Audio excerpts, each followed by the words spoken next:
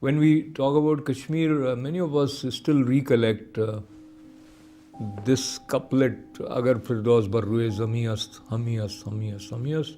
What kind of heaven was it? Yeah, they used to stick posters on your walls. We did not even realize that things were going to get that worse. Every day, hear stories about these older people in their 70s and 80s dying like flies every day because of heat strokes. They just couldn't take the changing climate. They just couldn't adapt to it.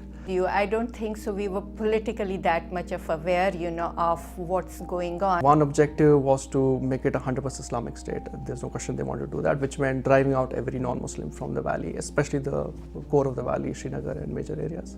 मस्जिदों में as far as I'm concerned, रास्ते में चलते हुए मस्जिद थे, मैंने कभी ध्यान ही नहीं दिया, हमने कभी सोचा नहीं इस तरफ कि वहाँ कुछ ऐसा हो रहा है.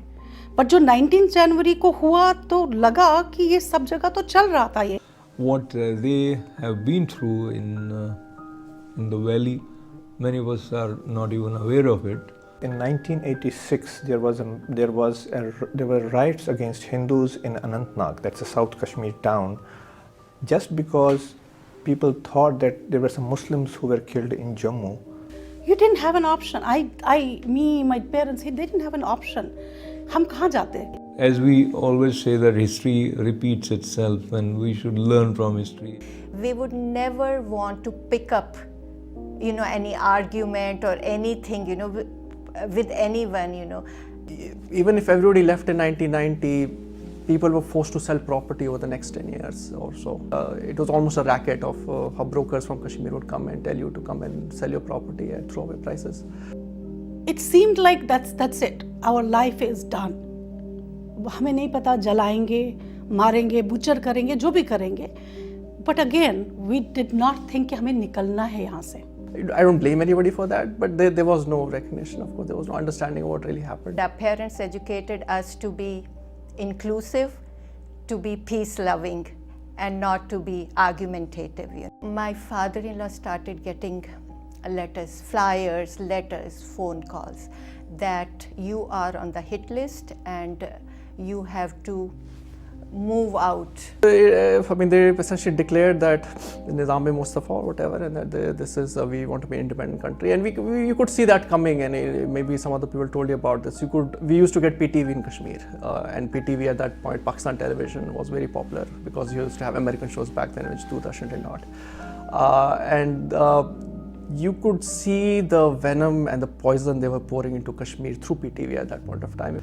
They would have these shows which were designed to instigate Kashmiris, and they would have this really poisonous propaganda. And just seeing that, you would feel that fear. I'm a Hindu, I'm watching this, and my neighbors Muslims watching this. If I was a Muslim, I would be very angry right now just watching this TV. And they were pouring that into Kashmir. I cannot believe why government of India would let that happen at that time. Why didn't block PTV go into Kashmir? But it was openly happening. Combination of basically what you would imagine a jihadi camp mein training hoti hai, that was taped on a video cassette and distributed to all the houses, and they would be distributed among all the Muslims among each other. उसमें ये बोला था कि आप job छोड़ के चले जाएं यहाँ से, और नहीं तो आपका घर जलाएंगे, आपकी बेटी को ले जाएंगे. Letting it be publicized of what happened in Kashmir would make it harder for people to claim to be secular. I see kids who are 6 or 7 years old throwing stones and they don't even know why they're throwing stones. अच्छा, ये वाली बात जब हो रही थी तो police के पास जाता नहीं था कोई कि ऐसा हुआ? They were designated militants to each and every area. They were area commanders. 2 or 3 days after they arrived in Jammu, they were told that their house has been burnt. Kashmiri Hindus were not given their due in terms of even having proper awareness and sympathetic support from rest of the India.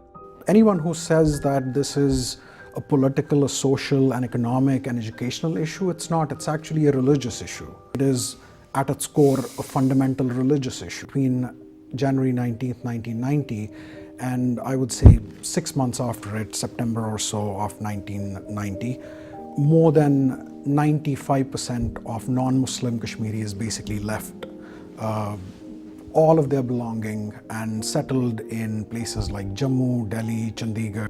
And we don't know whether tears could bring anything back. People were hoping against hope that things are going to get better. People are reconnecting with those emotions, and that relates to the recent step by Prime Minister Modi's government of having this abrogation of Article 370.